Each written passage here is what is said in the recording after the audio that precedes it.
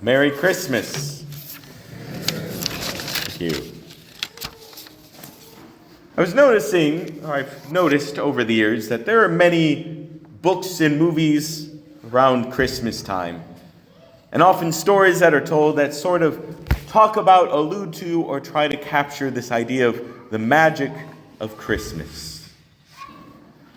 People have this sense that there's something one might describe as magical or mysterious about the season of Christmas that does seem to inspire goodwill, kindness, merriment and cheer, generosity, and care for those in need.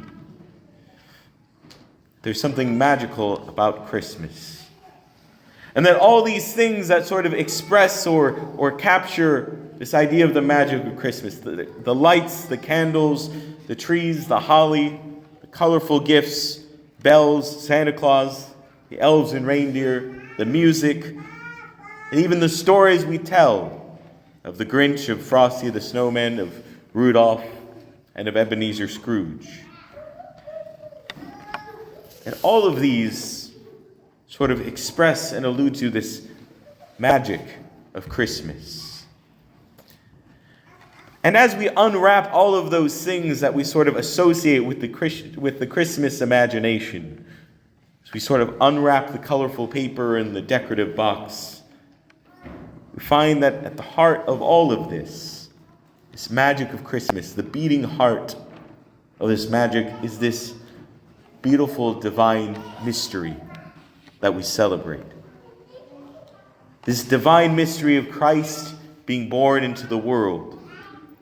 That is the beating heart of this magic.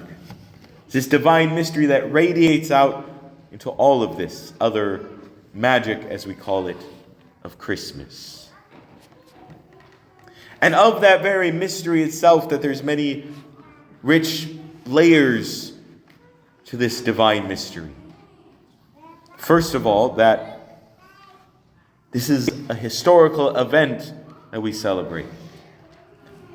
That it's not just a story like Santa Claus, like other things that we celebrate, or a story like Rudolph or Frosty, but that God is real. That we celebrate a historical event. God born into the world, God with us. And that with that mystery, that this God born into the world, then it means that his divinity becomes infused into our humanity. The divine is injected into the world. The lines between heavenly and earthly, the lines between human and godly, divine and natural, are brought together in this birth. And everything that means, that the divine himself bears our humanity. And the sense also, thirdly, of that it's God, the Savior, the bridegroom coming forth to save his bride. And all of these aspects of the mystery that inspire hope and peace, joy and love that we reflect on throughout Advent. But there's a particular layer of this mystery that I want to focus on tonight. The sort of disarming way that God comes into the world.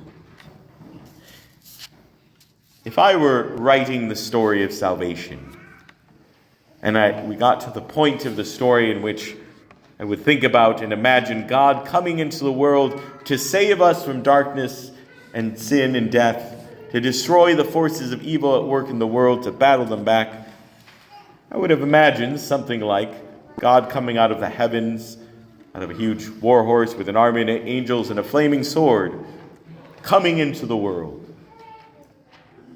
Maybe I've been watching too many superhero movies lately. But of course we know from this story that that's not how God chose to come into the world. That he quietly steals into the world in this disarming way. That God coming in to break the power of evil, he comes as a helpless infant born into the world. this disarming, small, quiet way. That to save this world, to save us, God becomes vulnerable, little. That he chose this little way to use the seemingly insignificant to bring his divinity into the world. It's no small secret, and it's easy to see from the news, that there certainly is great evil at work in the world. Forces of darkness. And we sometimes can feel helpless in the face of it. But I think we sometimes underestimate the power of those small acts of kindness, of gratitude, of love, that are lived out in the ordinary, everyday life. One quote that I love from the movies comes from the Hobbit movie, from the wizard Gandalf.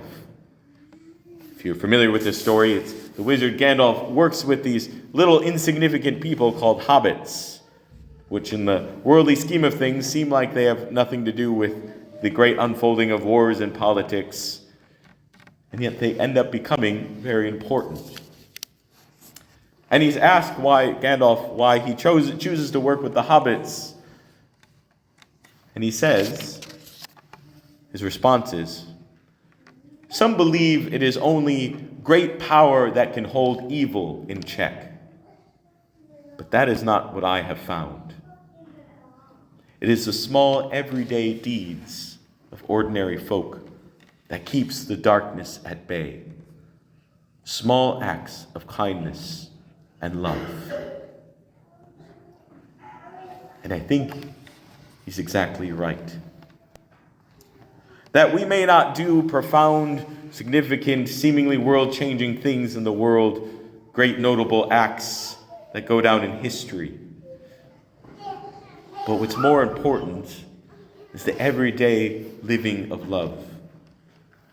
The day we live, the day-to-day grind, that there's a very practical wisdom in what Christ teaches of love thy neighbor. Love those in whom I encounter every day. And that those have the power to drive back the darkness in the world. That's part of what Christ reveals in the way he comes into the world. That reveals something to us about the heart of God.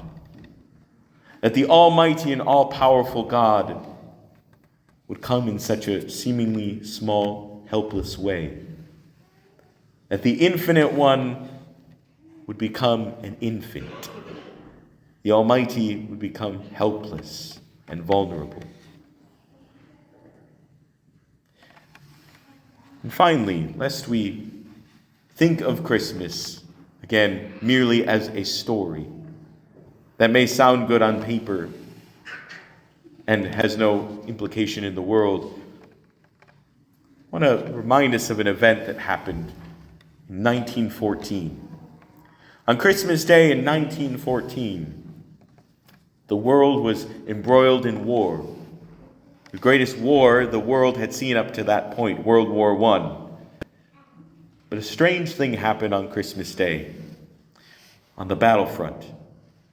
As the different sides of the Axis and Allied powers were in the trenches, separated by no man's land, launching artillery to each other, that on Christmas Day, they both, seemingly spontaneously, without communication to each other, ceased fire.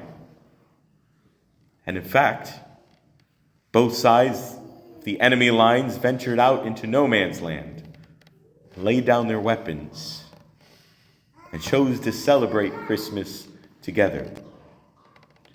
Soldiers on both sides from enemies shook hands and exchanged gifts, sang hymns together, carols of Christmas.